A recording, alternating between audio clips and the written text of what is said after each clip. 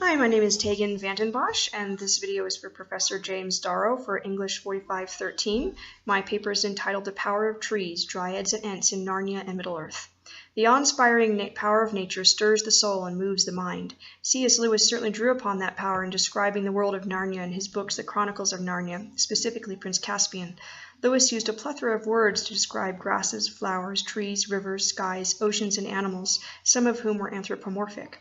Gary Miller's chronicling Narnia tells us that more than this, Lewis believed that the imagination was given to us by God in order to discover him. Nature, being created by God, represents good in the Chronicles of Narnia, even helping to overthrow the forces of evil. One example of this are the Dryads. Though they play a minor role in the grand scheme of Narnia, they have a major effect for the forces of good in their assistance in battle to ensure victory.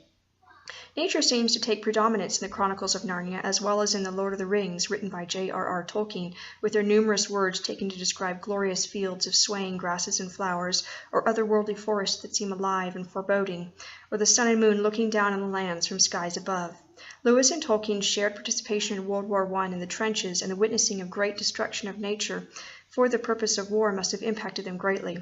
Lewis and Tolkien had a love and a concern for nature, most evident in the talking trees that lived, breathed, moved, and had opinions and thoughts of their own in their literary works. While trees in our modern world do need protection, in Narnia the trees, called Dryads, spoke and fought for themselves. The Dryads performed heroically in Prince Caspian when they helped turn the battle against the forces of Miraz and win the day. Lewis describes them for both cries and the sounds of weapons were drowned in the ocean-like roar of the awakened trees as they plunged through the ranks of Peter's army and then on in pursuit of the Telmarines. Likewise, Tolkien's talking and moving formidable forces of Ents in the Two Towers fought bravely against Saruman and his orcs to win back Isengard and conquer the Tower of Orthanc. Tolkien, as Pippin, writes to describe the Battle of Isengard. They roared and boomed and trumpeted until stones began to crack and fall at the mere noise of them.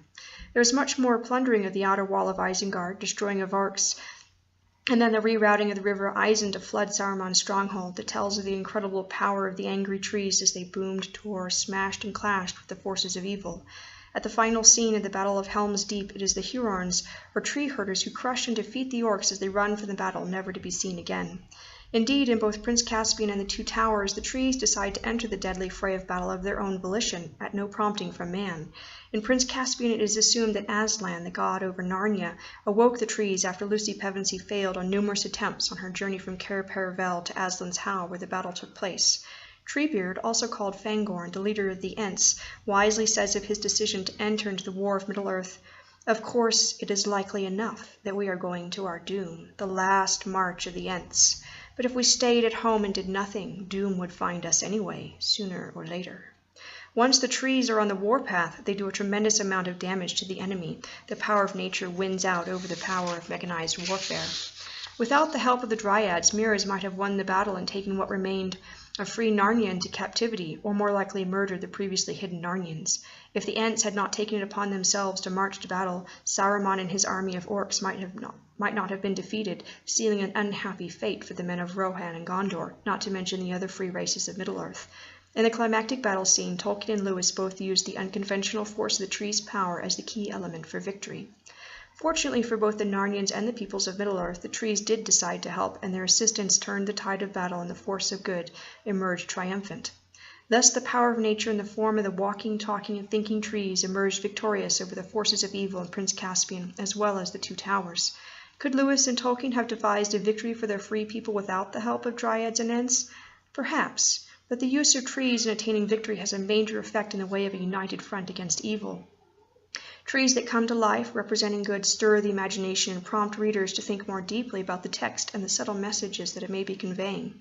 The imagery of mighty birches, beeches, firs, and oaks with mighty sweeping arms, long toes to grab the earth, along with deep, thoughtful, and penetrating eyes that see and seem to search the soul, coming to life, marching to battle, and then overthrowing their enemies, full of the strength, beauty, power, and might of nature itself. It is this imagery that Lewis drew upon in his Dryads, and the effect that they had on the outcome of the battle against Miraz. Though they played but a small role, they were mighty indeed. Thank you.